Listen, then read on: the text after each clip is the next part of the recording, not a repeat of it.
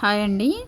New మెథడ్‌కి, normal కటింగ్‌కి రెండిటికి ఏంటి తేడా అని ఇక్కడ నేను 2 తేడాలైతే చూపిస్తున్నా అండి. అంటే దీనికి, దానికి ఏంటి తేడా అని చూపిస్తున్నా. ఇదేమో న్యూ మెథడ్, ఇదేమో నార్మల్ మెథడ్ అనమాట. ఆర్మ్ హోల్ రౌండ్ ఎలా తేడా వస్తుంది, మనకి నడుము దగ్గర షేప్ అనేది ఎలా వస్తుంది ఏంటనేది నేను ఈ రెండిటికి తేడా అనేది చూపిస్తున్నా అనమాట. 2 సేమ్ కొలతలని ఇక్కడ చూపిస్తున్నా.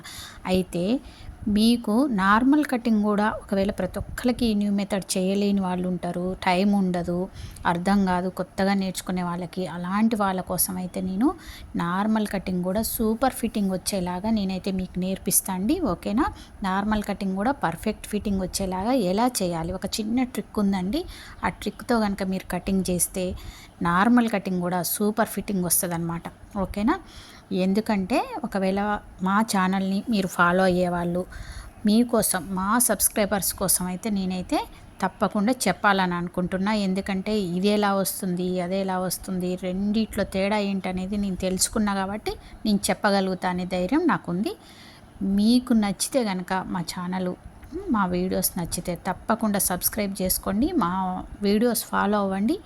మీరు నార్మల్ కటింగ్లో కూడా పర్ఫెక్ట్ ఫిట్టింగ్ వచ్చేలాగా మీరు కటింగ్ చేసేలాగా నేను చూపిస్తా. ఓకేనా? Thank you.